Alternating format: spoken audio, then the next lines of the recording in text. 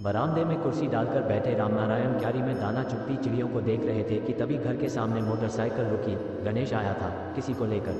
सुकेश, उनका बेटा, अचानक अपने बेटे को आया देखकर पुलकित रामनारायण बाहें फैलाकर खड़े हो गए। गणेश तो प्रणाम कर चला गया और सुकेश ने पिता का स्नेह और आशीष पाने के बाद कहा, चलिए बाबूजी, मैं आपको लेने आया हूँ। आप कब तक यहाँ अकेले रहेंगे? शहर चलिए, वहाँ धन का फ्लैट ले लिया है हमने।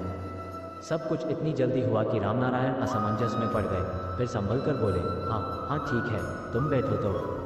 सुकेश तो जैसे जल्दी में था। नहीं बाबूजी, आज ही शाम को चलना है। मैंने पैकिंग करवाने के लिए गणेश और समर्थ को बुलवा लिया है। पैकिंग? हफ्ते 15 दिन के लिए क्या पैक करना है? रामनारायण बड़बड़ाए। सुकेश ने सुना तो पलटकर बोला, अब वहीं रहना है बाबूजी। एक तरफ बेटे के स्नेह को समझते और दूसरी तरफ अपने परिवेश को छोड़ने की घबराहट में रामनारायण बोल उठे, वहीं कैसे रह सकूंगा? तभी उनके परम प्रिय मित्र और पड़ोसी सुभाष हाँक सी लगाते हुए दरवाजे पर आ खड़े हुए। अरे भाई, सुकेश आया है तो क्या आज मंदिर नहीं चलोगे? रामनारायण को अन्ना देखकर सुभाष भी चुप हो गए। सुकेश के आने के कारण को जानकर उन्होंने रामनारायण को मंदिर चलने का आग्रह किया। सुकेश उन्हें इशारे से मना कर रहा था। क्या सोच रहा था सुकेश और क्या कहना चाहते थे सुभाष? क्या रामनारायण गांव का घर छोड़कर पुत्र के स्नेह पाश में बंधे शहर चले गए? कैसी जिंदगी वहां उन्हें मिलने वाली थी?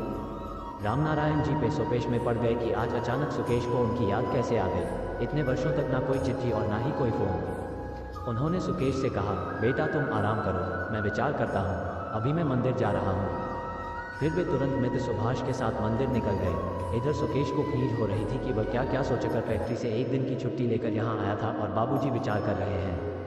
मंदिर का तो बहाना है, बाबूजी मित्र सुभाष जी और भी लोगों की राय लेंगे। तभी रामनारायण जी मंदिर से वापस आए। सुकेश बोला, बाबूजी क्या विचार किया? वे बोले, बेटा पहले खाना खा लेते हैं। सुकेश उनकी बात काटते हुए बोला, नहीं बाबूजी, पहले आप बताएं कि आप मेरे साथ चल रहे हैं या नहीं। वे दुखी होकर बोले, बेटा तुम्हें सुनना ही है तो सुनो, मैं ये गांव छोड़कर अब कहीं नहीं जा सकता। तुम्हारी माँ की इन्हीं गांव वालों ने कोरोना जैसी बीमारी के समय भी सेवा की। उनके जाने के बाद मुझे भी ढांढस बंधाया, सहारा दिया। तुमने तो उस समय हमारी कोई खोज खबर ही नहीं ली।